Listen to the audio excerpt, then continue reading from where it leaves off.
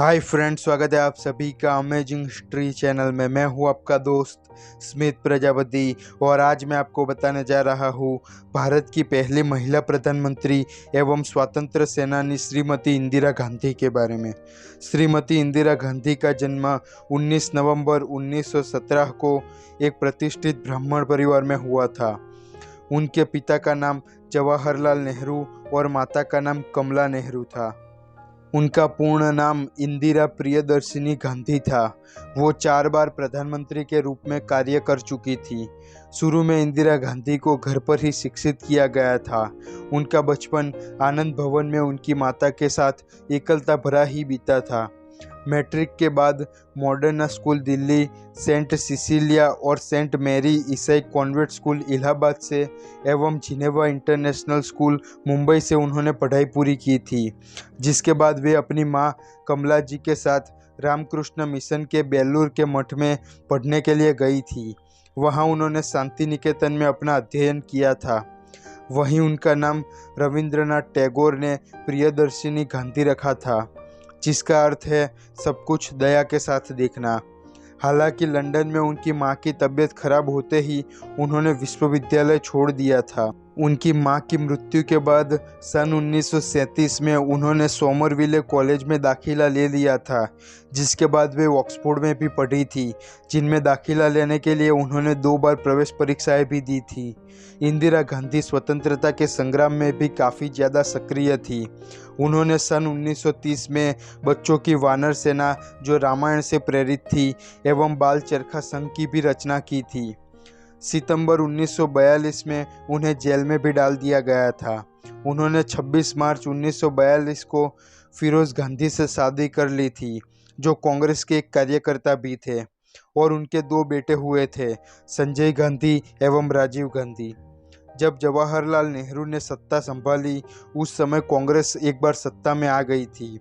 तब 1947 में जवाहरलाल नेहरू प्रधानमंत्री बने, जिसके बाद सन 1955 में इंदिरा गांधी कार्यकारी समिति के सदस्य बने थे।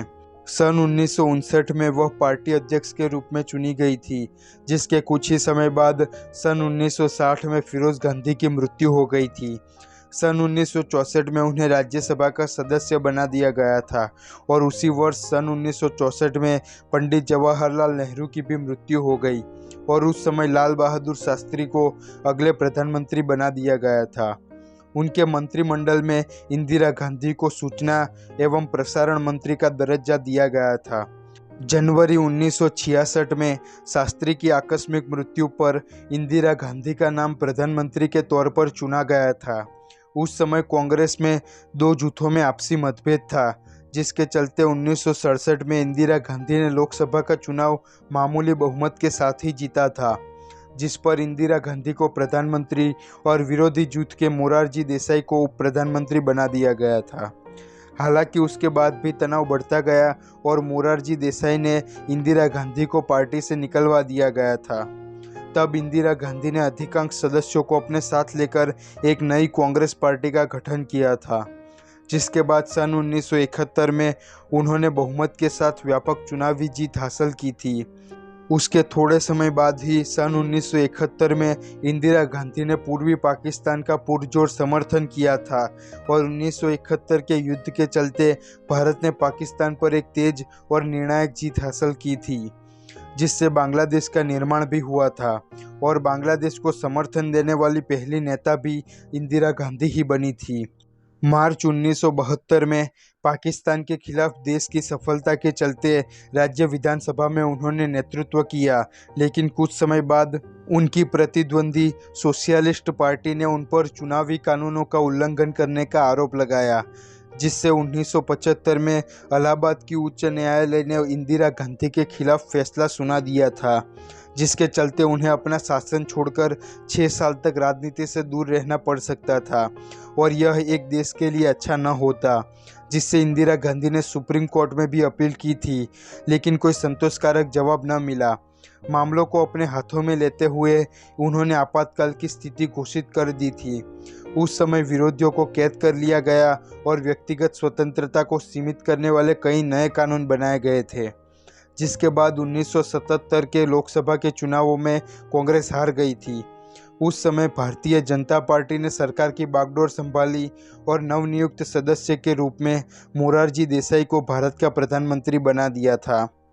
1978 में इंदिरा गांधी और उनके समर्थकों के भ्रष्टाचार के आरोप में कुछ समय तक कैद कर लिया गया था, जिसके बावजूद भी सन 1978 में उन्होंने लोकसभा में एक सीट जीत ली थी और सन 1979 को आंतरिक कलह के चलते जनता पार्टी की सरकार गिर गई थी, जिसके चलते जनवरी 1980 को फिर से लोकसभा के चुनाव हुए और कांग्रेस भारी बहुमत के साथ फिर से सत्ता में आ गई थी। उनके बेटे संजय गांधी, जो उस समय उनके राजनीतिक सलाहकार भी थे, जून 1980 में हवाई जहाज दुर्घटना में मारे गए थे, जिससे इंदिरा गांधी ने अपने दूसरे बेटे राजीव गांधी को पार्टी के नेतृत्व के लिए तैयार किया था। उनके मृत बेटे के सपने को साकार करने के लिए इंदिरा गांधी ने उनकी कर्ज में डूबी मारुति उद्योग कंपनी को नेशनलाइज कर दिया था और उसके भागीदार के रूप में बोली लगाकर सुजुकी को चुना गया था, जिसके चलते सन 1984 में पहली भारतीय निर्मित कार कंपनी लॉन्च हो गई थी।